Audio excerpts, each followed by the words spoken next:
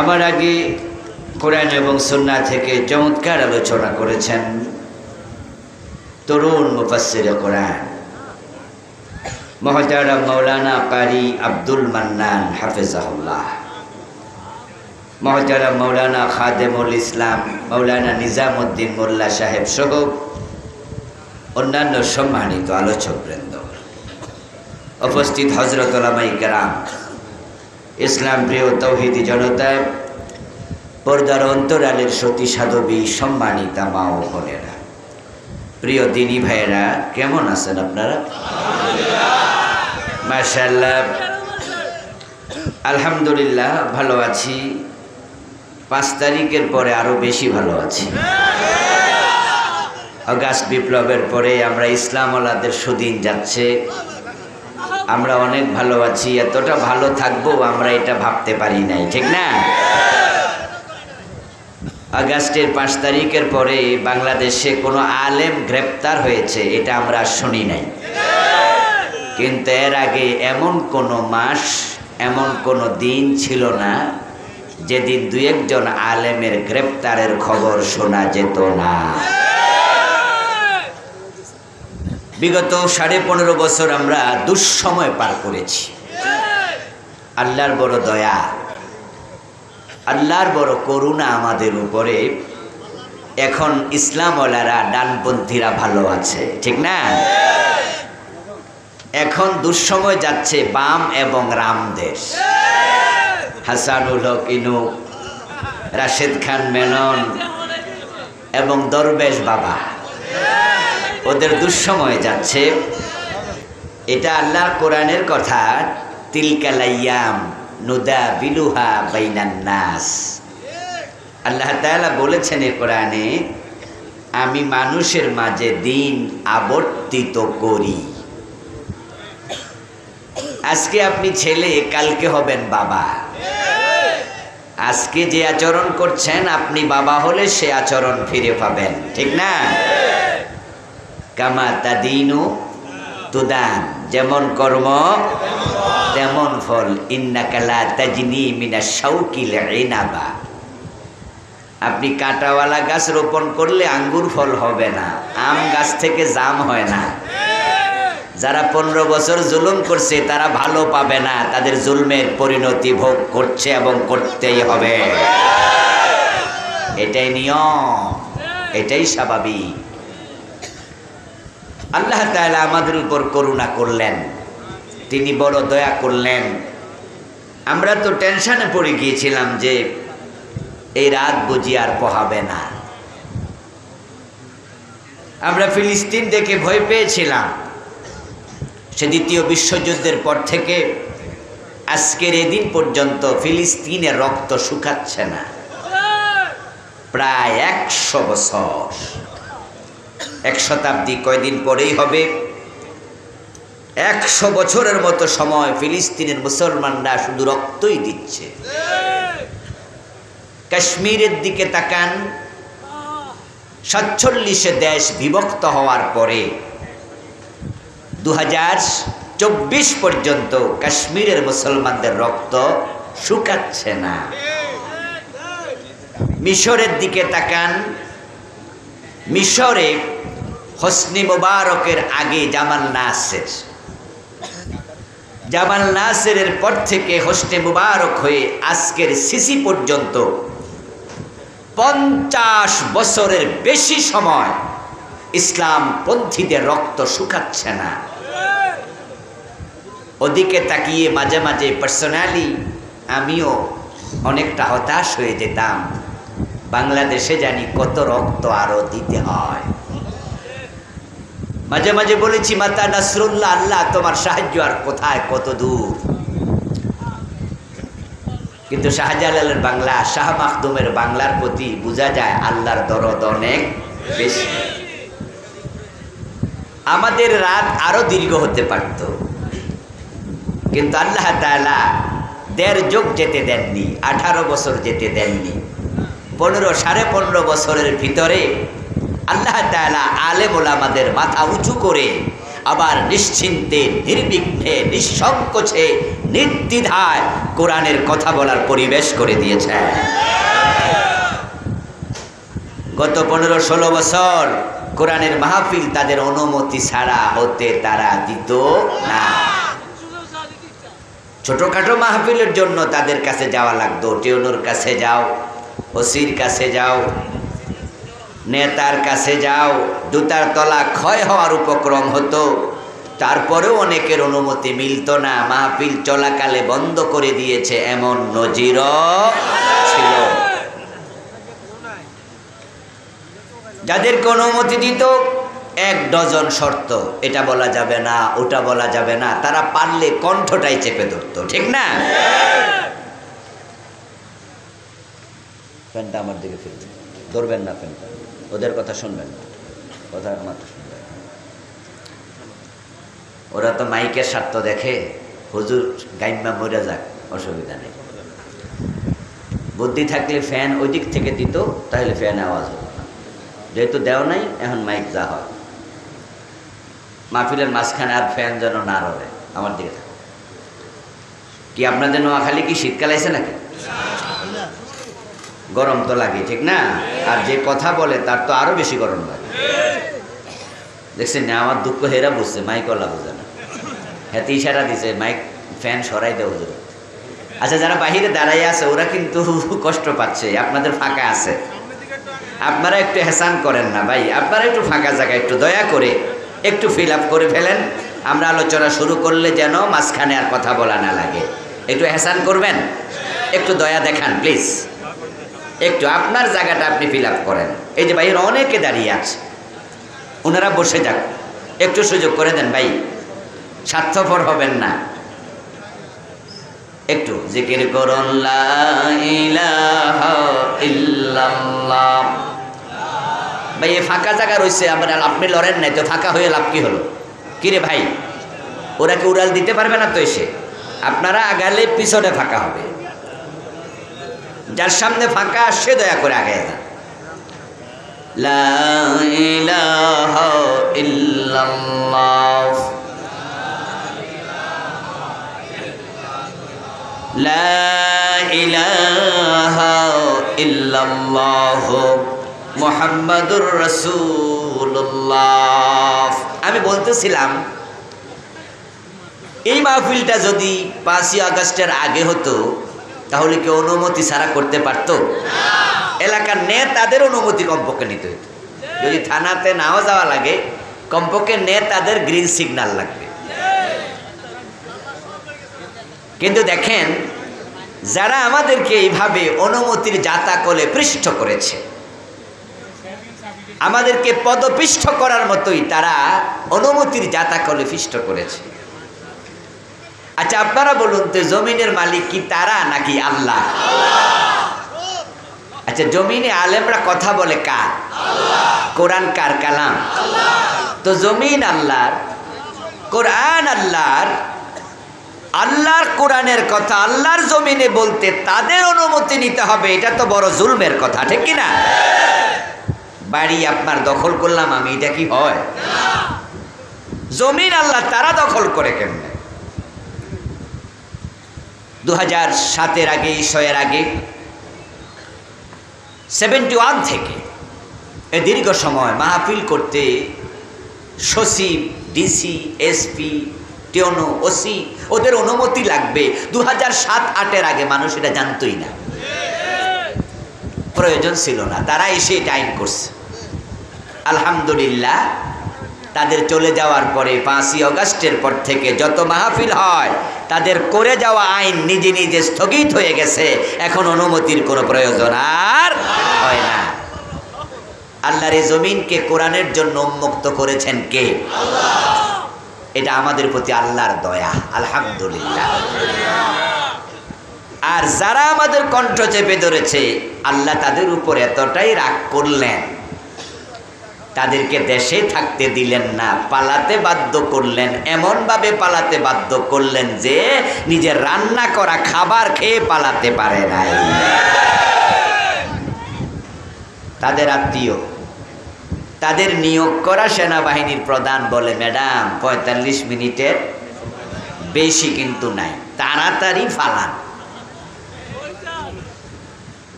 805 বছর আগে বাংলাদেশের ইতিহাসে আরেকজন ব্যক্তি পালাইছিল, যার নাম লক্ষণ সেন।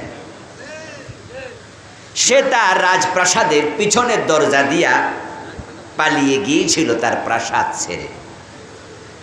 805 বছর পরে এবার আরেকজন পালাইছে। তিনি লক্ষণ সেন না হলেও লক্ষণ সেনের বন্ধু বান্ধবদের কাছে গিয়ে পালাইছে, ওদের কাছে আশ্রয় নিয়েছে। আমরা ছাত্র জীবন থেকে মিছিল শুনে আসছিলাম, স্লোগান শুনছিলাম, চশমাওয়ালা বুবু যান, বাংলা ছেড়ে ভারত যান।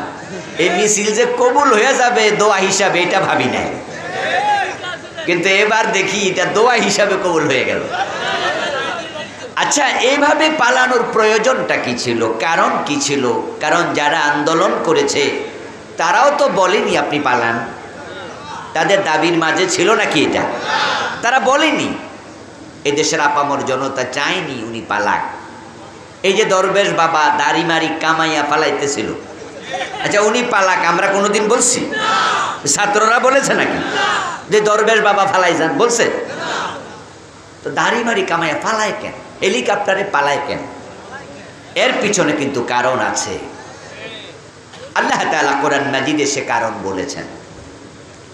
কোরআন এমন এক কিতাব যেটা কখনো পুরাতন হবে না, এটা চির সতেজ, চির যৌবনা, সবসময় নতুন থাকবে। সুবহানাল্লাহ পড়ে। এটা যোগের সাথে মিলতে থাকবে।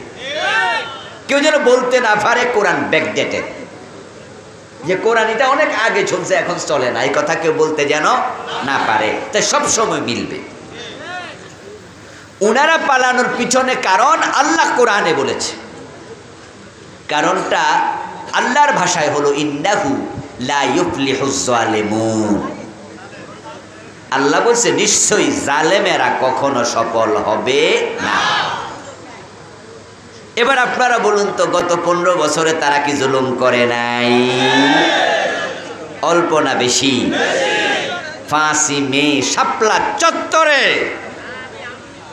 এদেশের হাজার হাজার আলেমকে গুলি করে তারা পাখির মতো কাউকে মেরেছে, কাউকে আহত করেছে, ঠিক কিনা? আচ্ছা, শাপলা চত্বরে যে আলেমরা, হেফাজতের লোকেরা একত্র হয়েছিল, তাদের যে 9 দফা দাবি ছিল, কি 9 দফা নাকি 11 দফা? হ্যাঁ না 13 দফা? কয়টা? আচ্ছা, এই যে 11 দফা দাবি, সেখানে কি সরকারের পদত্যাগ চাই এরকম কোনো দাবি ছিল? তো গুলি করতে হবে কেন? এই কথাগুলো আমি শুরুতে কেন বলছি একটু পরে বলে আমি মূল আলোচনায় ঢুকে যাব। এই কথাগুলো বলার কারণ খুব ঝাড়া নয়। এই কথাগুলো বলার কারণ এখানে আমাদের জন্য শিক্ষণীয় আছে না নাই? এই ঘটনা আমাদের শিক্ষা নিতে হবে। আমার বন্ধু দেখুন, যারা 11 দফা 12 13 দফা কয় দফা আমি ভুলে গেছি, হেফাজতের লোকেরা এসেছিল দাবি নিয়ে, তারা বলে নাই সরকারের পদত্যাগ চাই। তারা বলেছিলেন 1 নাম্বার দাবি সংবিধানে আল্লাহর উপর আস্থা এবং বিশ্বাস পুনঃস্থাপন চাই। বাংলাদেশের সংবিধানে ছিল আল্লাহর উপর আস্থা এবং বিশ্বাস, সংবিধানের মূলনীতি। 4টা মূলনীতির মাঝে এটা একটা ছিল। এই সরকার ওই মূলনীতিটা বাদ দিছে। আপনারা যারা ইসলাম মানেন, ইমান আছে এমন প্রত্যেকটা মানুষ জবাব দিবেন যে দিবেন না, ইমানের দাবি করা আপনার জন্য অমূলক। ইমান যার আছে আপনি জবাব দিবেন হ্যাঁ না, যেটা ভালো লাগে দিয়েন। সেটা হচ্ছে আল্লাহর উপর আস্থা এবং বিশ্বাস দরকার আছে না নাই? এটা কোনো দলীয় দাবি, এটা সকল মুসলমানের দাবি, ঠিক কি না? ইভেন আমাদের দেশের অধিকাংশ হিন্দুও কিন্তু আল্লাহরে মানে, ভগবান বলে আর কি, ঈশ্বর বলে। আমরা যাকে আল্লাহ বলি, খ্রিস্টানরা তাকে গড বলে, হিন্দুরা তাকে ঈশ্বর বলে। হিন্দুরা পর্যন্ত, অনেক বাংলাদেশি হিন্দু কিন্তু ঈশ্বর না, সরাসরি আল্লাহ কয়। এমন অনেক হিন্দু আমি দেখেছি, দাদা কেমন আছেন, আল্লাহ ভালো রাখছে, অথচ হিন্দু। আচ্ছা, এমন আপনারা দেখেন নাই? তাহলে আল্লাহর উপর আস্থা এবং বিশ্বাস পুনঃস্থাপন এটা কি রাজনৈতিক দাবি? তো গুলি করতে হবে কেন হুজুরদেরকে? গুলি করতে হবে কেন? আমার বন্ধু, এটা জুলুম। এই মানুষগুলো শাপলা চত্বরে গেল, প্রধানমন্ত্রী তখন বললে পারতেন, হুজুরেরা আপনারা 8-10 জন বঙ্গভবনে গণভবনে আসেন, আপনাদের চায়ের দাওয়াত, কি কি দাবি আছে আমার কাছে একটু লিখিত দিয়ে যান। আমি তো একা দেশ চালাই না, আমার মন্ত্রী পরিষদ আছে, উপদেষ্টা মণ্ডলী আছে, দলের সভাপতি মণ্ডলী আছে, দলের স্টিয়ারিং কমিটি আছে, আমার এমপিরা আছে। আপনারা দাবিগুলো লিখিত দিয়া যান, 1 কাপ চা খাইয়া যান, এগুলো আমি বিবেচনা করব, করে যা বাস্তবায়ন করা দরকার আমি ওয়াদা দিলাম করব। তাহলে তো হেফাজতের হুজুররা সবাই বাড়ি চলে যেত, কোনো ঝামেলা হওয়ার কথা না। কিন্তু তিনি দাওয়াত দিলেন না, বরং গুলি চালাতে বললেন। যাদের বিবেক সামান্য আছে, মরে যায় নাই, তারা বোঝে শাপলা চত্বরে যে হুজুরদের বুকে গুলি চালাইলো, পুলিশ কি নিজে নিজে চালাইছে না উপর থেকে অর্ডার হয়েছে? যিনি অর্ডার দিলেন তিনি দেশ ছাইড়া পালাতে হয়েছে। আল্লাহ জালেমকে কখনো সফল হতে দেন না। আল্লামা সাইদি রাহিমাহুল্লাহ 13টা বছর আল্লামা সাইদিকে জেলখানার ভিতরে তারা রাখলো। যাদের সামান্য বুঝ আছে তারা একটু জবাব দিয়েন। আল্লামা সাইদিকে যে অপরাধে জেল দিল, ফাঁসির অর্ডার দিল, আল্লামা সাইদি কি আসলে দর্শনকারী ছিলেন? উনি মানুষ খুন করতে পারেন? ডিরেক্ট মিথ্যা মামলায় উনাকে ফাঁসির অর্ডার দিল। যখন দেখা গেল অনেক মানুষ রাস্তায় নেমেছে, গুলি করে 100-র উপরে মেরে ফেলল। তারপর সরকার ভাবলো ফাঁসির অর্ডার তো দিলাম, কার্যকর করবো কেমনে? অর্ডার শুইনা যদি 100-র উপরে গুলি করে মারা লাগে, রাস্তা ব্লক, গাছপালা কাইটটা পাবলিক রাস্তা ব্লক করে দিয়েছে। যেদিন ফাঁসিটা দিমু সেদিন সামলামু কেমনে? তাই বেবি সিন্তুনার ফাঁসিটা কমাইয়া আমরণ জেলখানা দিয়া দিল, আমরণ কারাদণ্ড, 13টা বছর জেল খাটলেন। আল্লামা সাইদির উপর এটা কি জুলুম নয়? ইন্নাহু লা ইউফলিহুজ জালিমুন। আমার আল্লাহ 1450 বছর আগে বলছে, শোনো, জালেমরা কখনো সফল হবে না। জোনায়েদ বাবু নগরী রাহিমাহুল্লাহ হেফাজতের সেক্রেটারি জেনারেল, মহাসচিব, বুড়ো মানুষ, উনাকে রিমান্ডে নিয়ে পিটাইয়া 2টা হাঁটু অচল করে দিয়েছে। ও দোস্ত, এই দেশে আলেম ওলামারা মাইর খায় নাই, জেলে যায় নাই, বড় বড় আলেম খুব একটা বাদ নাই, প্রতিদিন মাইর খাইতো, জেলে যেত, টেনশন। এক সময় প্রবাদ ছিল, চোরের মনে পুলিশ, আর গত 15 বছরে প্রবাদ উল্টে গেছে, আলেম ওলামাদের মনে পুলিশ। ঠিক না? আমরা টেনশনে থাকতাম কখন জানি পুলিশে ধরে নিয়ে যায়। যে আলেমদের উপরে জুলুম হলো, ইসলাম ওয়ালাদের উপর জুলুম হলো, সাধারণ মানুষের উপর জুলুম হলো, আল্লাহ তাআলা বলেন আর নয়, আর নয়, আর নয়। উমলি লাহুম ইন্না কাইদি মাতিন। আমি রশিতে ঢিল দেই, তবে আমার কৌশল বড় শক্ত। ইন্না বাতশা রাব্বিকা লাশাদীদ। ও নবী মুহাম্মদ সাল্লাল্লাহু আলাইহি ওয়াসাল্লাম, শুনে রাখুন, আপনার রবের ধরা বড় শক্ত। আল্লাহর কথা প্রমাণিতই হলো, তার ধরা ঠিকই শক্ত, তিনি ছাড় দেন, ছেড়ে দেন না। এই জন্য অগাস্টের 5 তারিখে এমনভাবে ধরেছেন 300 এমপি একসাথে পালাতে বাধ্য হলো। প্রধানমন্ত্রী একা পালায় নাই, আন্ডা বাচ্চা লইয়া পালাইছে। এবং তার বাবা, যিনি দেশের স্বাধীনতার স্থপতি, যিনি 7 মার্চের ভাষণ দিয়ে বলেছেন, এবারের সংগ্রাম স্বাধীনতার সংগ্রাম, এবারের সংগ্রাম মুক্তির সংগ্রাম। ওই বঙ্গবন্ধুর প্রতি দেশের পাবলিকের একটা সফট কর্নার ছিল, পার্সোনালি আমারও ছিল। যে লোকটা দেশটা স্বাধীনতার জন্য অনেক কষ্ট করছে, এটা অস্বীকার করি না আমরা। জাতীয় নেতা বাংলাদেশে একজন রাজনীতিবিদের নাম লিখলো তার নামটা আসবে, কিন্তু গত 15 বছরের জুলমের কারণে দেশের মানুষ ওদের উপর এত রাগান্বিত হয়েছে, ওনার মূর্তিগুলার গলার মাঝে রশি লাগায় টাইন্না মাটিতে শোয়াইছে। শুধু শোয়ায় নাই, ভিডিওতে দেখলাম কিছু মানুষ মাথায় উঠে প্রস্রাব করে দিয়েছে। করেনি? আপনারা দেখেননি?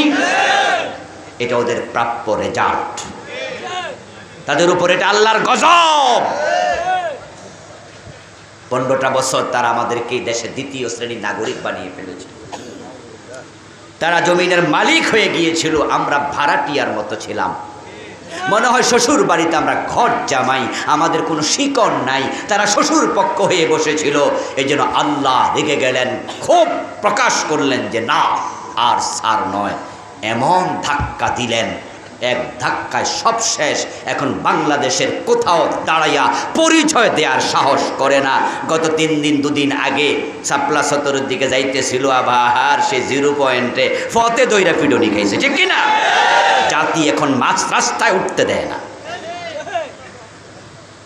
এখন পুরা বাংলাদেশ, টোটাল দেশের আবহাওয়াটা ইসলামের পক্ষে, ঠিক কিনা? কিন্তু হ্যাঁ, আমরা কিছু সমন্বয়হীনতা দেখছি।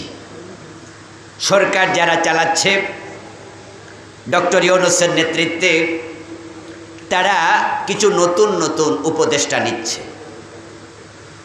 সেখানে আমরা কিছুটা সমন্বয়হীনতা দেখছি, অশনি সংকেত দেখছি। গতকালকে 3 জন শপথ করেছে, তার মাঝে একজন সিনেমার পরিচালক, নাটকের পরিচালক আছে, যিনি সরাসরি শাহবাগী নাস্তিকদের পক্ষে ভূমিকা রেখেছেন। যিনি সিনেমা বানান, নাটক তৈরি করেন, স্বামী স্ত্রী দুজনে মিলে এদেশের যুব সমাজ বিধ্বংসী, চরিত্র বিধ্বংসী কাজ করে যাচ্ছেন দীর্ঘদিন ধরে। এমন একজন সরওয়ার ফারুকী নামের ব্যক্তিকে উপদেষ্টা বানাতে হবে কেন? এই দেশে কি ডানপন্থী বুদ্ধিজীবীর আকাল যাচ্ছে, অভাব পড়েছে? আমরা ইউনূস সাহেবকে, ডক্টর ইউনূসকে বলতে চাই, এই জাতি আপনাকে সম্মানের সাথে এনে প্রধান উপদেষ্টার জায়গায় বসিয়েছে। ছাত্র জনতা বিপ্লবে রক্ত দিয়েছে, ডানপন্থীরা রক্ত দিয়েছে, আলেম ওলামারা রক্ত দিয়েছে, যারা শাহবাগের নাস্তিকদের পক্ষ নিয়েছে, এই জাতীয় রাম এবং বামদেরকে উপদেষ্টা বানানোর জন্য ছাত্ররা রক্ত দেয় নাই। কারো উপদেষ্টা হবে বিষয়ে আগে রুটিন ওয়ার্ক করুন, হোমওয়ার্ক করুন। যারা ডানপন্থী ইসলামপন্থী তাদের সাথে পরামর্শ করুন।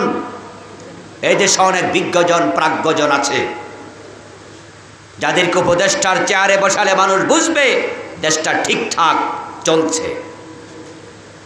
কিন্তু যদি এমন কেউ আসে যারা পতিত স্বৈরাচারের সাথে আগে সম্পৃক্ত ছিল, নাস্তিকদের সাথে সম্পৃক্ত ছিল, রাম বামদের পক্ষে ছিল, তাহলে ছাত্র জনতা প্রয়োজনে আবার বিপ্লবের ডাক দেবে, আর আমরা তাদের পক্ষ হয়ে প্রয়োজনে রাস্তায় আবার নামতে বাধ্য হব। আসুন প্রিয় ভাইয়েরা, যে আল্লাহ তাআলা আমাদেরকে অবারিত একটি সুযোগ দিলেন, আমরা সবাই মিলে আলোচনার শুরুতে মন প্রাণ উজাড় করে অন্তরের সবটুকু শ্রদ্ধা এবং ভালোবাসা দিয়ে আমাদের সে মনিব আল্লাহ তাআলাকে একটিবার শুকরিয়া জানাই, কৃতজ্ঞতা জানাই, কালিমাতুশ শুকর পড়ি আলহামদুলিল্লাহ। প্রিয় দিনী ভাইয়েরা,